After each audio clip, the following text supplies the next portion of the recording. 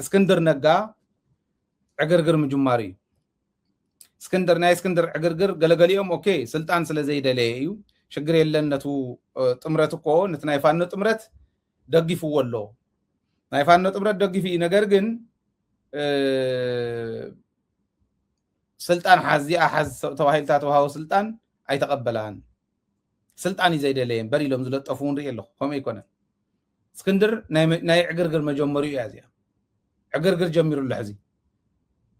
كيملسو سراويتو تحنافيصي نوين حزوهم زنبره سراويت نيرم يوم سراويتو تحنافيصهم يم حزي فانو تقلالا اب تحتي حد مرارحه خويني تمالي طري 12 بدبدابي نتناي فانو يا مارا فانو بيراو نقناق ازول امرارحه بدبدابي افليتو تعيلو كالي مدبلو انا تمدب كله خالي مدبلو تطمرت تقبله يلهو تمرت مفتارو صبقيو ነገር ግን ካሊ መድብሉ አነ አብዚ ክሰርሕ ይደልን ይብል ምክንያቱ ግን ይገለጸ ምክንያቱ አያቅመጠን ንድሕሪት ክመልስ ዕግርግር ከም ዝብል አይጠራጠርኒ ተም ዝነበርዎ ሰራዊት ክፈልውን ክምኩር ይኸውን ግን ይኸውን ምክንያቱ ተናየም ሓራፋኖ ብሔራዊ ግንባር ዝበሃል ብሔራዊ ንቅናቄ ኢሎም ዘቕመጥዎ ዘመነ ካሴ ዝመርሖ ዝኒሄ ወታደራዊ አዛዚኡ ጀነራል ብርጋዴር ጀነራል ተፈራማሞ ዝኾኖ መኻለቱን በብቦታኦም ተቀሚጦም ዝኔው እዚ ምስ ሰምዐ ህዝብ አምሓራ ቅድም ኢልና እውን ዘርአናኩም ነይሩ ሕዚ ከዓ ሓድሽ ጥምቀት በዓሉ ናይ ጥምቀት በዓል ናብ ከመይ ዝበለ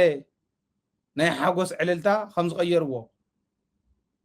ኣብ ናይ ጥምቀት በዓላት እውን ኣብ ኩለን ዘመነ ካሴ እዩ ነይሩ ዘመነ ካሴ ዘመነገሰ ይበቃ እዚ ነይሩ ከምዚ ዝዓይነቱ ህዝባዊ ስምዒት ኣብ ዝተልዓለሉ እስክንድር ኢዱ ክሰድድ ዝብል የስግእ እንዲሁ ግን ዕግርግሩ አይገድፍን ዝብል እምነት ኣለኒ ህዝብ እንታይ ይብል ራእይዎ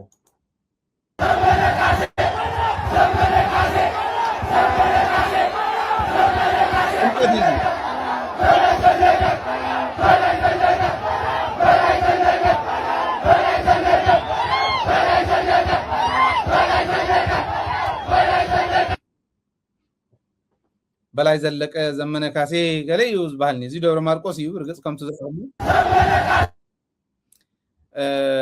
ሶሪ ፍኖተ ሰላም እዩ ቅድም ኢልና ዘርአናኩም ደብረ ማርቆስ እዩ ኣብቲ ናይ ንግሆ ፕሮግራምና ላይቭ ዝሓለፈ ማለት እዩ ኣብኡ ዘርአናኩም ናይ ደብረ ማርቆስ እዩ እዚ ፍኖተ ሰላም ኣብ ካልኦት ከባቢታት እውን ከምኡ ነይሩ ህዝቢ ትርእይዎ ኣለኹ ንጥምቀት ዝወፀ ህዝቢ እዩ ከምዚ ዝብል ዘሎ ክንደየናይ ዝኣክል ዝድግፎ ምዃኑ እቲ ህዝቢ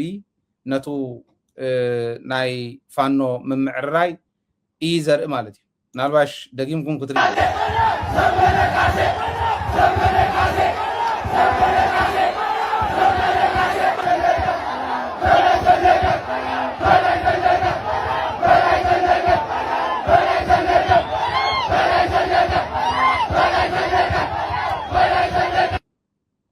ስለዚ ከምዚ ዝዓይነቱ ህዝባዊ ቅቡልነት ዘለዎ ውዳበ እስክንድር ድሕሪ ሕዚ ከፍርሶ ኢሉ ከፍርሶ እዩ ዝብል እምነት የብለይን ኣይኽእልን ኣይከኣልን ለዚ ብዋናነት እንተዘይገብሮ ይሕሾ እየ ዝብል ኣነ ዝመክሮ ቀንጠብጠብ ተዘይብል ነገር ግን ዕግርግር ጀሚሩሎ ኢሎም ብዙሓት ይዝግቡ ኣለዉ ግን መብዛሕትኡ ተቃውሞ እዩ ይቃወሞ እዩ ዘሎ ናይ ብልፅግና ደገፍቲ ጥራሕ ሕዚ እስክንድር እውነቱን ነው ምባል ጀሚሮም ንምንታይ ከፍርሰሎም ምእንታን ናይ ፋኖ ወዳበ ከፍርስ ምእንታን ማለት እና ኣይገብሮን ክገብሮ እንተይል ግን ኣሲሮም እውን ከፍ ከብልዎ ክእል እዮም